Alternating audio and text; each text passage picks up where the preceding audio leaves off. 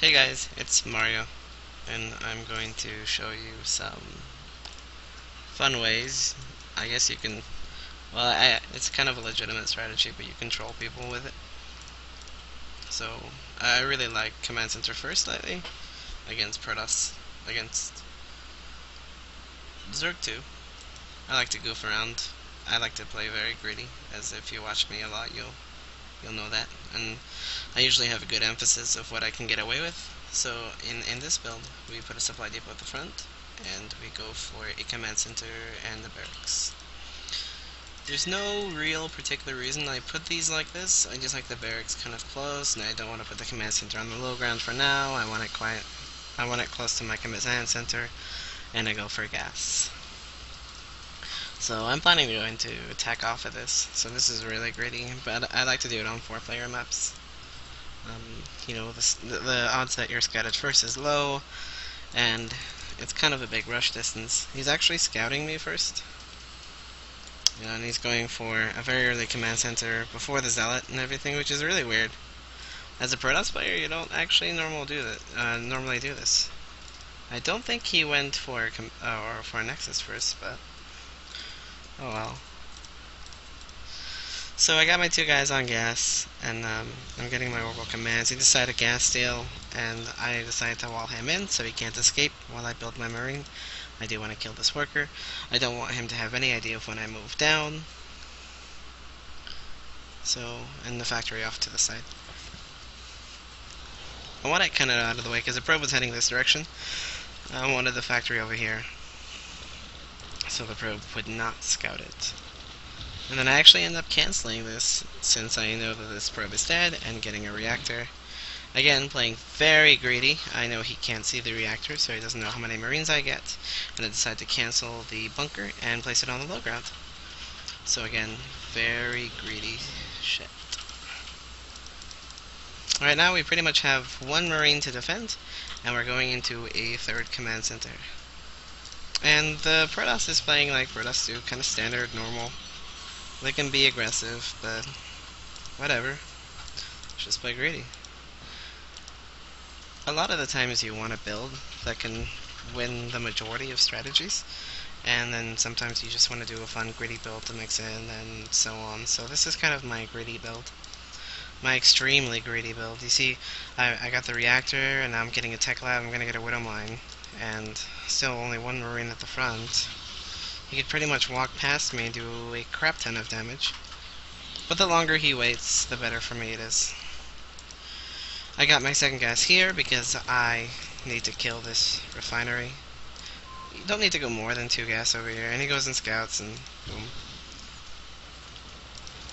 So he doesn't quite know what's going on and why I have so few units. And I'm dropping a second bunker. The reason why I'm doing that is because I have so few units. I saw that the probe came in. There's most likely a pylon somewhere. I would have gotten this anyway, just in case, because I'm playing so greedy that a timing attack will come in like 30 seconds.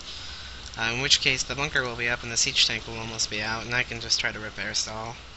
And I put the widow mine right here in between the mineral patch in case an oracle comes flying in. That's really hard to see. Now, at this stage, I want to get the other gases and an engineering bay in case of oracles, which is something I also predicted with the widow mine. So here's that gas. I don't quite need this one yet, but I do want it soon. Siege tank in place. So you want to go up to 4 gas geysers with 3 orbital commands. If you have 3 orbs and you have less than 4 gas geysers as mech, you're probably doing it wrong. Starting a wall off with supply depots.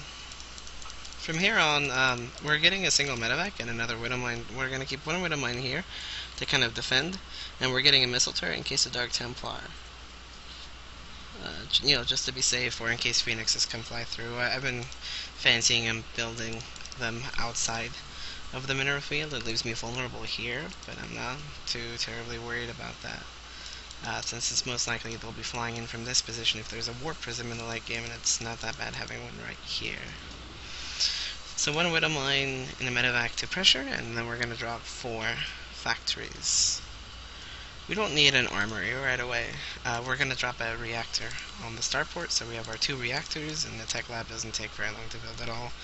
See the observer, come over here, snipe it. One of the beautiful thing about 3 World Commands is we have a lot of scans or mules. We're keeping up with his chrono boost. You see he's got the cannon going down. He does see this, and we did end up putting a supply depot here. I'm not sure how we scouted that, but he did. And now we're this one medevac with a single widow mine is just meant to pressure. It's just meant to kind of keep him in his base, scout out what he's got going on. It's not that huge of an investment. And then we're gonna go grab our 3rd because we see that he's trying to clear it for his 3rd. We see that he doesn't have too much. Here's the armory. We started this about halfway of the factories. But you can always go back and check that. And here's the reactors. So we're going to go into our 6 gas right away. And then from there we're going to go into siege tank widow mine. So 4 widow mines at a time and 2 siege tanks if we can help it, plus 1 attack in a second. We don't have to get widow mine burrow as long as we're playing defensive. But we do have to get it if we're going to play aggressive. So we are planning on an aggressive push. At this stage of the game, we're definitely planning on an aggressive push. The medevac finally died as we're kind of scouting out. We saw the Templar archives. So we're just moving down. We know that he's taking hard. We're not concerned about keeping our units up top and just trying to play greedy here. More widow mines. You can see I'm getting 1 attack at a time, 2 supply depots, but I'll also be getting some here in a second, so it's okay. At this stage you want to build like 3 or 4 supply depots at a time if you can help it. Siege. I'm building a sensor tower and then a missile turret. So the sensor tower so I can better position myself as stuff comes, and then the missile turret to scan. It's keep the observers a little bit away, doesn't quite know what's back here, or maybe in case he sends DTs. And these widow mines, we don't really have to put them in a special position right now, we can just burrow them. It doesn't matter, because the odds are the attack will come from here, and if it comes from up here, well, we've got some siege tanks kind of covering that ground, and we're able to send some marines up. And we see that he's killing this supply depot. So, again, not very concerned. From this stage on, we go, okay, well, we've seen High Templar, and we've seen Immortals. It's most likely going to be a ground-based army, but since we have so many widow mines, they kind of act as a temporary EMP. We're not too concerned about getting ghosts, so instead of investing into ghosts, we're going to go for banshees. And if you're in a defensive position, you can use the widow mines a lot better as an EMP, to help clear the way. Using some buildings, a depot here, to kind of reduce the pathing a little bit. We're not too concerned that these, we got the tanks split up and we got some widow mines in different locations. We don't want them all to be able to be stormed at once. It's probably not the best positioning, but again, I'm not terribly concerned. I'm feeling pretty safe. So we've got 3 tech labs going on. We've got another tech lab for the barracks, for ghosts. And from here we're building 2 Thors. We definitely want a little bit more anti-air. See, this is kind of almost an entirely full mech army, excluding the Marines, but we have Vikings and medevacs too, so an air transition doesn't really scare us. We saw the observer and we sniped it real fast, so we can't really see the widow mines. And if we look at the units lost tab, again, my positioning isn't the best, but the storms are on top of the hellbats. Now we're trading about evenly at the moment, which is not really something you want to do as mech. You want to kind of trade efficiently for your side, and we are losing a little bit more than him right now.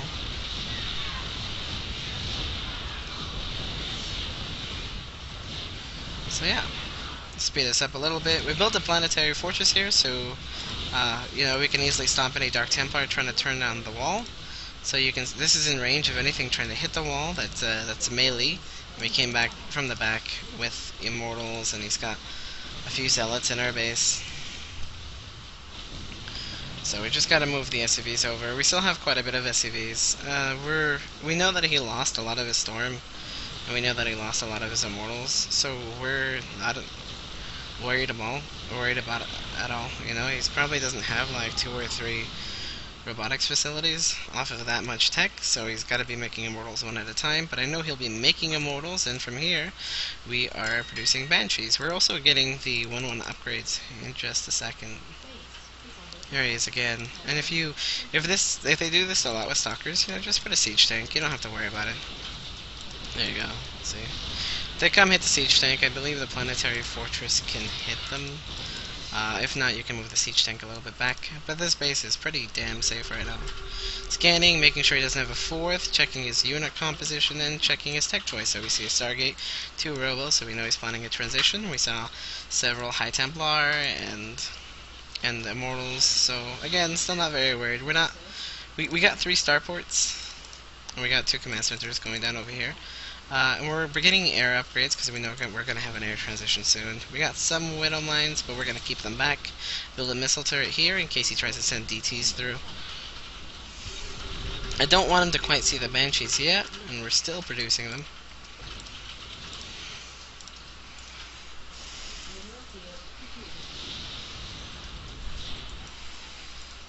Here's another command center and another command center. We're going up to 8 gas now. We're trying to at least stay even with the gas that the Protoss has, and we're gonna try to do some damage to Archons. We weren't able to kill one. Just kind of having a little position war, trying to pick off what I can. Split up a little bit, you know, move down the ramp, siege, split up. And here he comes. Now, before the fight, he was about 2,000 resources ahead. After the fight, we are severely ahead, and you might wonder, well, why? You didn't have EMP, and he's got a lot of Immortals, and he's got Storm. Well, if he's storming the Banshees, he's not storming the Hellbat, and it was kind of split up, so Storm is effective, but at the same time, we have a lot of Meat Shield, he didn't have a lot of Archons, which means that if the slower the Hellbats die, the longer it takes for the siege tanks to die, you know, so they can do more damage. And the Banshees have some very high DPS, so they were able to do a lot to the Immortals.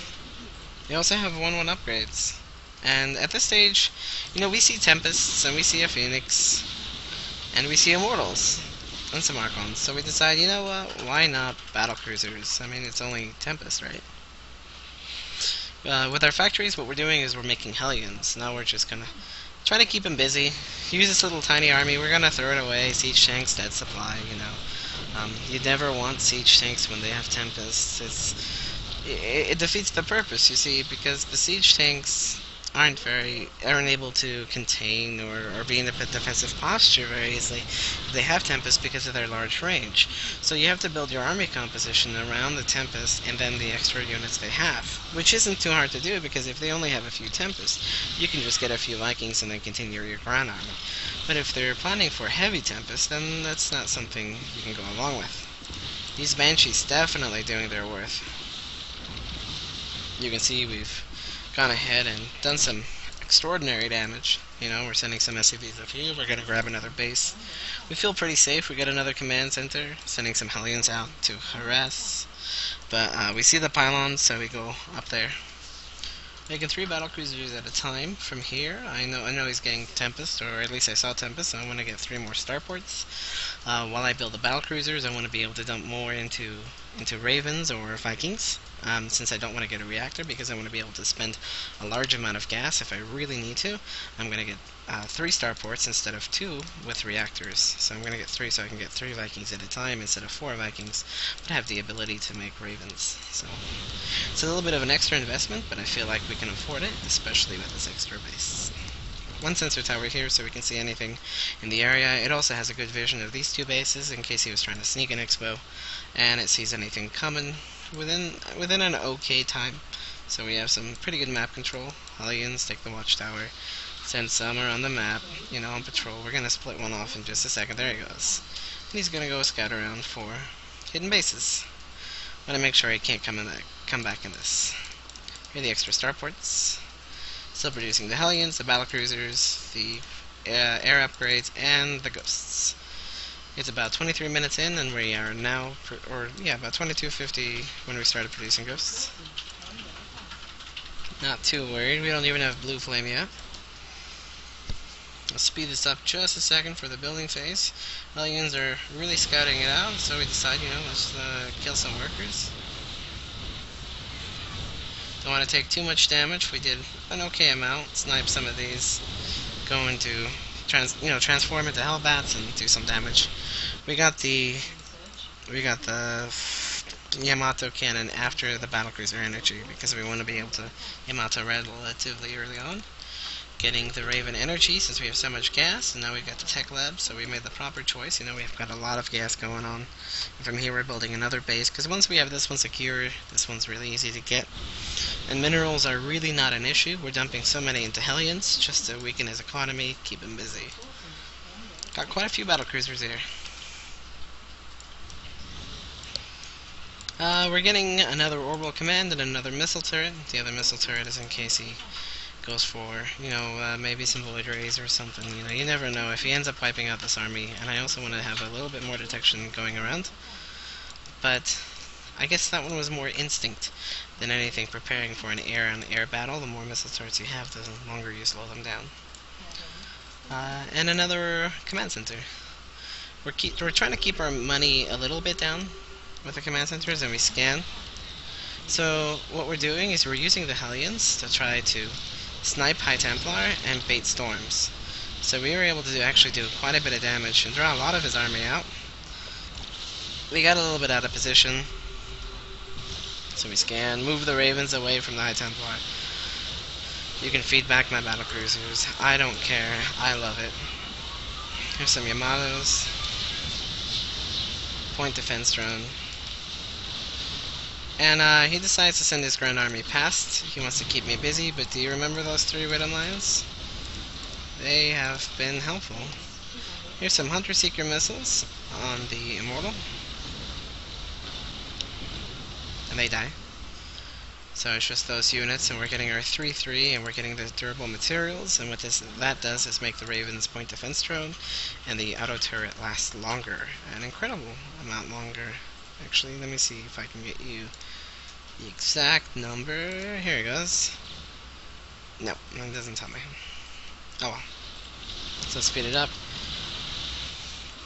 From here on out, the game's pretty much over. We've been able to overcome our opponent. He wasn't able to do anything against the tech change. We're building more command centers. When you're ahead, stay ahead. Get ahead, get even more ahead. Pull some SCVs to repair. And totally sharing this replay because he unpaused, which is fun. I love making fun of people who unpaused. MaydorK, you're a dork. And then we go around hunting for bases. So I hope you guys enjoyed this. I believe this was Mine Tank into Thor Tank Hellbat into Siege Tank Hellbat Banshee into Battlecruiser Viking Ghost Hellion. A lot of tech changes, and I hope you guys have enjoyed this game. So thanks for watching, guys. Base is under attack. Mineral field depleted.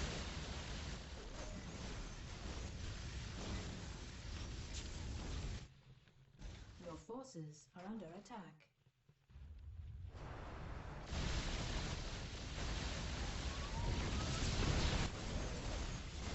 Your forces are under attack. Upgrade complete. Upgrade complete.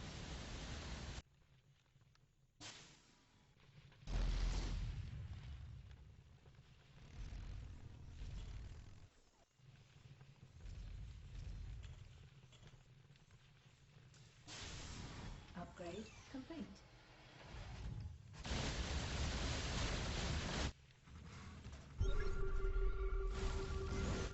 Your forces are under attack.